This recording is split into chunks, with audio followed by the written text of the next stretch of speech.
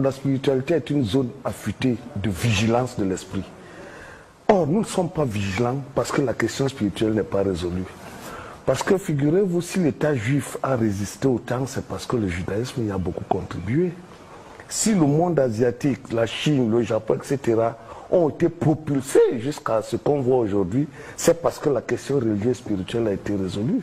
Quand vous perdez cette chose-là qu'on appelle la spiritualité, la religion, vous devenez incapable de réagir et d'avoir une volonté sereine, provocante, participatrice et déterminante. Parce que c'est cela la religion. Qui plus est en Afrique, c'est que c'est dans cette religion cachée que se trouve toute la science. Parce que le modèle africain, c'est ceci que le profane et le sacré sont intégrés dans la science. L'Afrique n'a jamais fait de la science sans y mettre la question religieuse et profane. Donc si vous ne dépouillez pas ce fond religieux, vous ne pouvez pas accéder à la science, ni à la détermination. C'est une condition parfaite en Afrique d'être un savant, tout en transportant avec soi la question initiatique. Pourquoi? Parce que la visée de l'Afrique, c'était une visée d'harmonie de l'univers. Pour harmoniser l'univers, vous devez savoir ce qui est dans le visible et l'invisible, parce que le visible n'est pas seul existant. Aujourd'hui, la physique des particules nous le montre, que ce qu'on croyait être invisible a des totalités en soi, qui sont des totalités existentielles et qui participent de l'ordre physique. Donc, du coup, il était difficile de dire non, comme en Occident, parce que vous savez, en Occident, la métaphysique a rejeté la science a rejeté la métaphysique, alors qu'en Afrique, la métaphysique et la science participent d'un seul modèle. Ce qui s'est passé, c'est le paradigme, c'est les sciences de l'esprit. Si nous ne savons pas ce qui se passe dans le cerveau de l'homme blanc, nous ne comprendrons pas pourquoi on en est arrivé là. Le paradigme de l'Occident est fondé sur ce qu'on appelle le modèle de Descartes. C'est ça ou ce n'est pas ça. Ce sont les fidèles ou ce sont les infidèles. Ce sont les civilisés ou ce sont les indigènes. Son paradigme a pour but de contrôler la vélocité des autres et de les réduire à néant. Parce que si vous ne comprenez pas que l'Occident esclavagiste, depuis la Grèce et même bien plus avant, est fondé sur l'enjeu de la domination comme mode d'être, vous n'aurez pas bien compris ce qui nous arrive. L'Afrique n'a pas comme mode d'être la domination et l'expansionnisme. La domination et l'expansionnisme dont Cheikh Anta Diop nous dit que ça vient du nomadisme ancestral, veut que les peuples qui se sont déplacés ou bien qui ont vécu dans des conditions extrêmement misérables aient le goût du risque et le goût de la guerre. L'Occident est guerrier par essence et il est fondé à être expansionniste. L'Afrique n'a pas été fondée à être guerrière, elle a été fondée à l'harmonie de l'univers, entendue comme deux cycles qui s'affrontent. Le visible et l'invisible, le bien, le mal, le jour, la nuit. Donc il faut trouver une synthèse qui se fait voir dans ce qu'on appelle le tiers inclus. L'Afrique pense que ce n'est pas seulement ça, ce n'est pas seulement l'autre. Ce n'est pas une vision dichotomique. C'est ça le paradigme africain. Parce que l'Asie, c'est le yin et le yang. C'est-à-dire c'est une juxtaposition des contraires qui ne brûle pas l'emphase de l'harmonie. C'est-à-dire que le japonais et l'asiatique peuvent faire selon ce qu'ils trouvent. Mais l'Africain, lui, par essence, l'autre, autrui n'est pas un ennemi. La chose qui vient d'ailleurs est pour lui prenable et acceptable. D'où le fait que notre cerveau est plastique. Le cerveau de l'Occident n'est pas plastique. Si nous voulons donc affronter le développement, nous devons tenir compte de cette rigueur paradigmatique qui veut que l'autre ne sera jamais comme nous et il va toujours nous imposer son universalisme. Du coup, nous devons poser les questions essentielles. Où est-ce qu'on a été battu? Si on ne dit pas où est-ce qu'on a été battu, nous ne rêvons pas de développement. Parce qu'en nous disant où est-ce qu'on a été battu, on attaque les sources de notre défaite. Et deuxièmement, où vont-ils du point de vue de la science? Parce que si nous ne savons pas où l'Occident veut aller, eh bien nous ne pouvons pas raccorder la chose de notre échec et la chose de l'avenir qu'il faut vite rattraper. Parce qu'il s'agit de vite rattraper. Alors, où vont-ils? Aujourd'hui, on appelle ça la science de la complexité. La science de la complexité a pour but de dire que le modèle cartésien qui croyait que les certitudes de l'Occident étaient des logiques fondamentales et fondées en science, sont désormais révolues.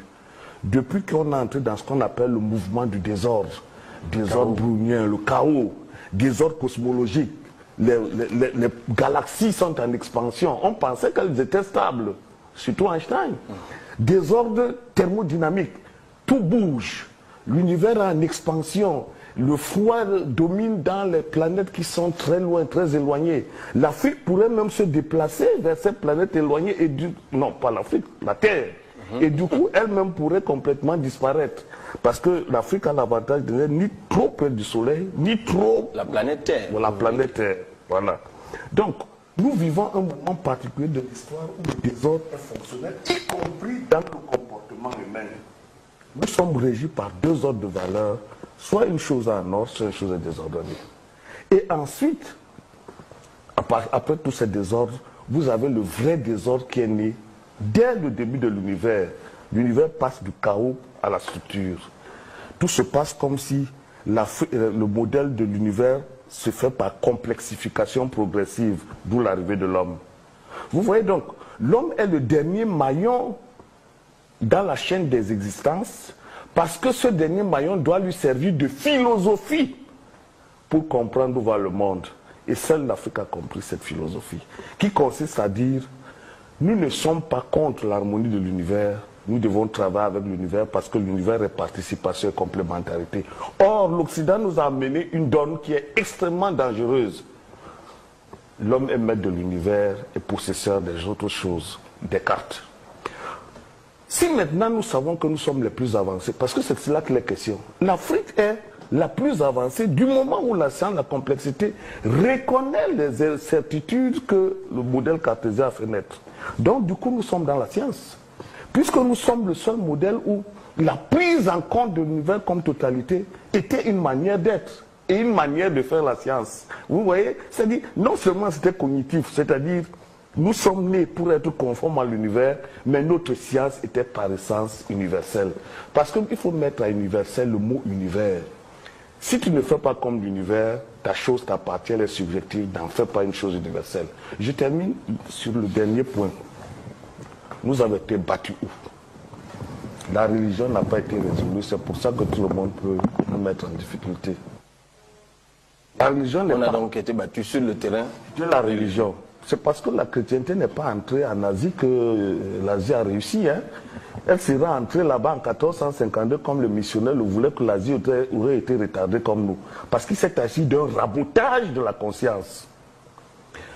En plus, il y a la question de la science. Nous avons été battus en science.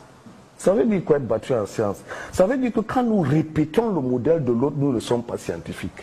Nous sommes les répétiteurs du modèle de l'autre. Puisque nous, on nourrit son modèle sans nourrir le nôtre. Si nous voulons être scientifiques, nous devons refonder la science qui a été celle du Mali et de l'Égypte. Et là, je reviens à vous. Et enfin, les institutions. Vous faites les institutions des autres, vous êtes battus. Il nous faut refaire nos institutions. Il a dit trois choses qui nous semblent fondamentales. Un, il a parlé de ce cordon ombilical là. Nous sommes dans les croyances et dans la métaphysique. Nous sommes dans la religion. Étant entendu, certes qu'il ne s'agit pas de religion de type le Coran ou la Bible, mais nous sommes dans la croyance métaphysique. Ensuite, il a parlé de cette capacité de prendre ailleurs. Mais pour prendre ailleurs, il faut avoir pour soi-même. Rationaliser, pas intuitivement. Parce que pour prendre ailleurs, il faut sélectionner. Il faut sélectionner. Mais comment le cerveau sélectionne-t-il? Le cerveau encode des stimuli. Il sait ce dont vous avez besoin. Mais dès que vous prenez sans que vous sachiez ce dont il a besoin, c'est perdu. Et ensuite, la dernière des choses, dans tous les domaines de savoir, nous devons cartographier les savoirs, leur donner une impulsion, la boîte noire. Voilà la problématique. Il nous faut une boîte noire, comme l'Occident a sa boîte noire cartésienne, comme l'Asie a sa boîte noire bouddhiste, comme Israël a sa boîte noire juive, comme les Arabes ont leur boîte noire islamique. Jamais l'un sans l'autre. Je termine là. Parce que vous savez, quand un Africain vous dit qu'il est africain, tout en étant chrétien ou musulman, il se trompe d'adresse. Parce que le juif n'est que juif, monsieur. Vous ne pouvez même pas lui demander de céder une parcelle. L'arabe est arabe, monsieur. Si vous enlevez l'islam, il n'est plus arabe.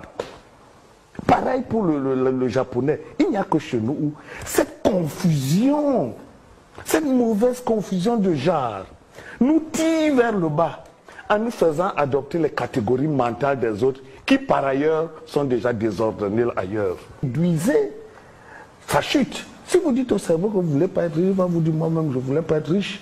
Si vous lui dites que je serai riche, il exécute. Le cerveau fonctionne par la volonté. Et cette volonté ne peut être que spirituelle. Je vous explique pourquoi. L'Occident du 9e au 14e siècle est dominé par l'islam. C'est l'islam arabe qui lui enseigne d'où viennent ses ancêtres. L'Occident arabe découvre ses ancêtres par les Averroès, tous les savants là qui sortent d'Andalousie. Voilà, en Andalousie, surtout dans la zone d'Andalousie. Alors l'Occident dit que, mais si ce sont mes ancêtres qui ont tout fait, je fais quoi avec les Arabes? C'est ça la Renaissance. On recommence à étudier la Grèce et Rome. On reporte sur la Grèce et Rome les capacités d'initiative nouvelles. On réétudie Platon, on réétudie Aristote, on réétudie les mœurs métaphysiques de la Grèce et ça donne ce que vous voyez, le siècle des Lumières. C'est pour ça que je vous dis, ne vous trompez pas. Périclès. Bien sûr. Nous, c'est pareil. Le Mali a été première puissance du monde. Tombouctou, c'était tout le monde y venait. C'est de là que vient tout ce monde arabe qui va coloniser l'Andalousie. L'Égypte pharaonique, pareil. Mais qu'est-ce qui a créé ça? Ce n'est pas la discipline pour la discipline. C'est la spiritualité qui était en vogue. La preuve, il n'y avait pas de prison. Comment vous pouvez avoir 500 millions d'habitants dans un empire comme le Mali sans une seule prison? Sans qu'il y ait un seul chômeur? Mais posez-vous des questions.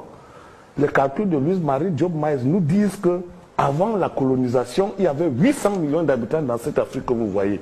Presque le même taux qu'aujourd'hui. Comment le Cameroun qui a 20 millions d'habitants a les prisons pleines et comment un empire de 500 millions d'habitants n'a pas de prison, y compris dans nos villages actuels où il n'y a pas de prison? Parce que c'est une vision du monde différente. C'est pour ça qu'ils se sont développés. Et lorsque le christianisme et les missionnaires sont arrivés, ils ont cassé la mouvance et on a des retombées d'une élite malsaine, incompétente, qui triche partout, qui va chercher tout. Et brusquement, vous ne pouvez pas avoir de développement. Et qui se reproduit aussi.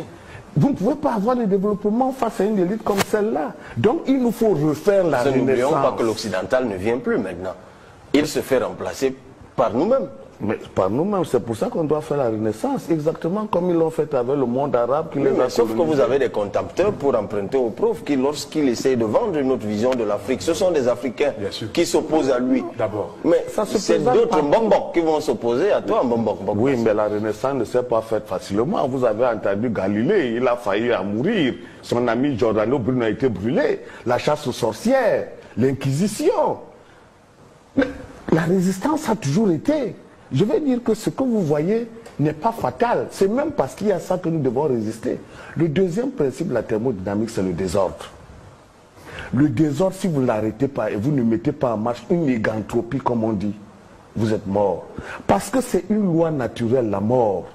Une société qui ne s'éveille pas à sa vie décède. Pourquoi ils sont sur nous? Parce qu'on est un cadavre. Quand un cadavre est pourri, les mouches viennent. Et pour que les mouches ne viennent pas, il faut renaître. Pour renaître, il faut reconstruire mentalement et scientifiquement la société. D'où le travail de Cheikh Anta Diop. Je veux prendre la définition pour terminer de l'Afrique. Connaître grand C, au sens où Edgar Morin l'entend, c'est comprendre l'ordre de l'univers et agir en toute connaissance de cause en fonction de cet ordre. Les deux sont importants.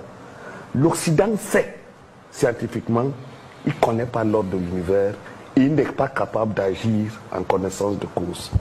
C'est la seule définition de la connaissance qui puisse exister, que l'Afrique, les maîtres de la connaissance ont